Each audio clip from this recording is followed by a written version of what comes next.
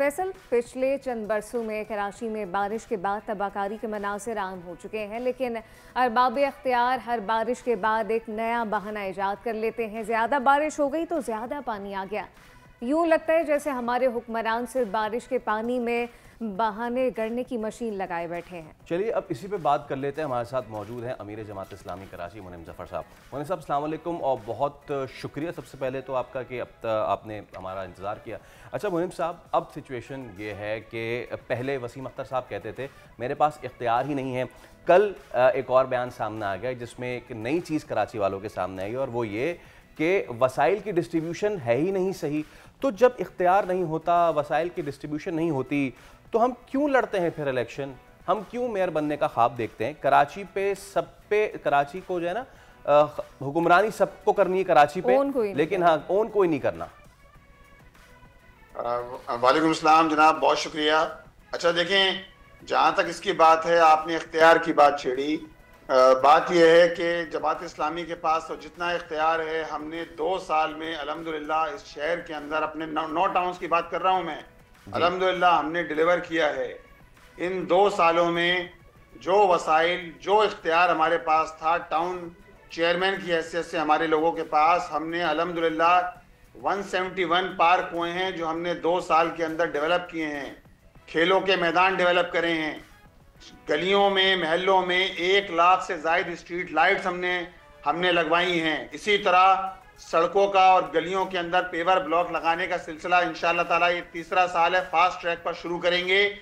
लेकिन peoples party की 17 साल से बरसर इक़्तिदार इस हुकूमत ने डेवोल्यूशन ऑफ पावर नहीं किया, इख्तियारात की निचली सतह पर तकसीम करने के लिए तैयार नहीं है। 1 पैसा तरक्याती फंड के नाम पर टाउन्स को नहीं दिया गया है, सिर्फ पीपल्स पार्टी के टाउन्स को, और ख़ास तौर पे सईद गनी साहब के भाई जो हैं फरहान गनी साहब के टाउन को नवाजा जा रहा है।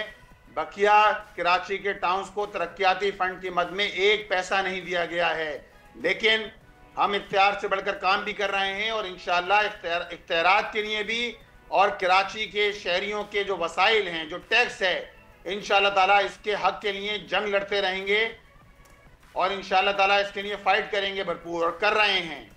शहर के जितने मसाइल हैं, इन मसाइल के हवाले से अगर कोई आवाज़ बुलंद कर रहा है तो जमात इस्लामी आवाज़ बुलंद कर रही है। के इलेक्ट्रिक का मसला हो, नादरा का मसला हो, इसी तरह बहरिया टाउन का मसला हो, अगर कोई किसी की आवाज़ है तो जमात इस्लामी की आवाज़ है।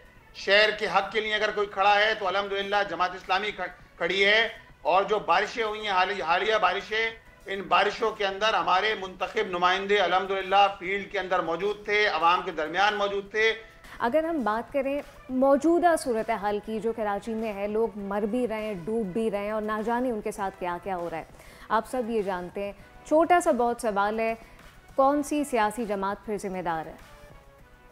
देखिए, इसकी जिम्मेदार MQM और पीपल्स पार्टी है, जो 40 साल तक इस सूबे पे ये लोग हुकूमत करते रहे हैं। फ्रेंडली हुकूमत होती है इनकी, और ये कराची के शहरियों को सहूलत मुहैया करने के अंदर, बल्कि इन्होंने कराची के लोगों के हक पे डाका डाला है 40 साल तक। देखें ना, पीपल्स पार्टी 17 साल से मुस्तकिल बराजमान है।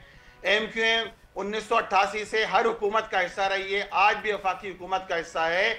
वफाक का हिस्सा तो पीपल्स पार्टी भी है, वफाक का हिस्सा MQM भी है, मुस्लिम लीग नून भी है। तो भाई बात यह है कि शहरियों को सहूलत नहीं मिल रही, लेकिन इनके अल्ले तल्ले ख़त्म नहीं हो रहा है। गवर्नर साहब का नाच गाना ख़त्म नहीं हो रहा। गवर्नर साहब की संजीदगी का आलम यह है कि गवर्नर हाउस, जहां हकीम मोहम्मद सईद साहब जैसा गवर्नर मौजूद होता था, जहां ममनून हुसैन साहब थे, जहां इसी तरह एयर मार्शल अजीम दाऊद पोता साहब मौजूद थे, वहां जनाब जिस तरह जो है वो नाच गाने की महफिलें हो रही हैं, जिस तरह वहां जो है गैर संजीदगी का मुजाहरा हो रहा है, लोगों के जख्मों पर नमक पाशी हो रही है। और फिर आप ये बात करते हैं कि भाई बात ये, शहर को तबाह किसने किया है? इस शहर को तबाह करने वाले वो लोग हैं जिन्होंने चाइना कटिंग करके, मैं तो ये कहता हूँ ट्रीटमेंट प्लांट 2 महमूदाबाद तक में पर आपने चाइना कटिंग कर दी। कौन था ये? मुस्तफा कमाल साहब जो है उस वक्त जो है वो शहर के मेयर थे। MQM ऑल एंड ऑल थी जनाब, चाइना कटिंग हो रही थी, पूरे नॉर्थ नानाबाद के पार्कों को कब्जा कर लिया गया, चाइना कटिंग की नजर करके 4 मंजिला इमारतें बना दी गई। बिल्कुल। और आज मगरमच्छ के आंसू बहाते हैं। सब्सक्राइब करें और बेल दबाएं ताकि कोई खबर रह न जाए।